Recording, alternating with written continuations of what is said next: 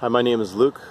I'm here today to show you a trap that I've made to catch spotted lanternflies. It catches, in my case, about 100 a day. You see about 1,000 here approximately from a week. The goal of my trap was to not use the glue traps because they catch other things like the bees and birds and other things that I don't want to bother, and I don't want to have to replace it every week. I wanted a trap that could be completely passive, meaning I don't have to do anything to it. It'll just sit here and catch them until the bag's full. Right now I'm having to replace this bag about once every 2 weeks. I'm hoping that this design may work for farmers that could set these up in their fields at the beginning of the year and leave them for the whole year.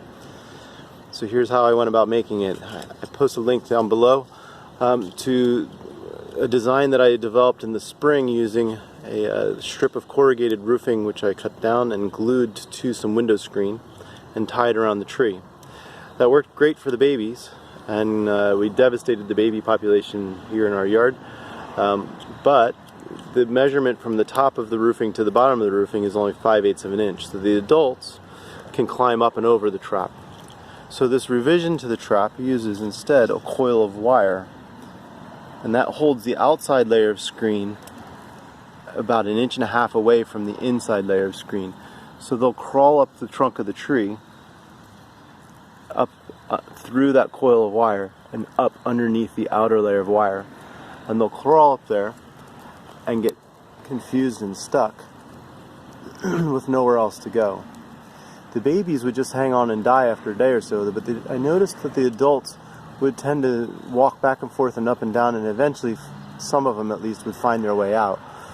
So my hope was to find to build a secondary trap that once they got into that, they wouldn't be able to figure out how to get out of that. So I did that using a spaghetti sauce jar, which is zip tied to a small opening in the top of the screen. So the spaghetti sauce jar has 2 small holes in the top, just large enough for the adults to crawl out. The stick in the middle of the jar is to give them something to hold on to because they were slipping on the jar when it was just a jar. So they crawl up the stick, up into the spaghetti sauce jar, and out through the 2 holes into the mesh bag that's waiting for them. The screen itself is held to the tree simply with using staples. I would wrap the screen all the way around the tree, crimp it and fold it all the way up the tree, well, all the way up as far as I wanted the trap to go, and simply staple it. So it's not stapled to the tree, it's stapled to itself and wrapped around the tree. The coil of wire I made using rebar wire that you buy in the cement section of Home Depot and wrap it around a pipe that's about the right diameter, 1.5 inches, and that makes a simple coil.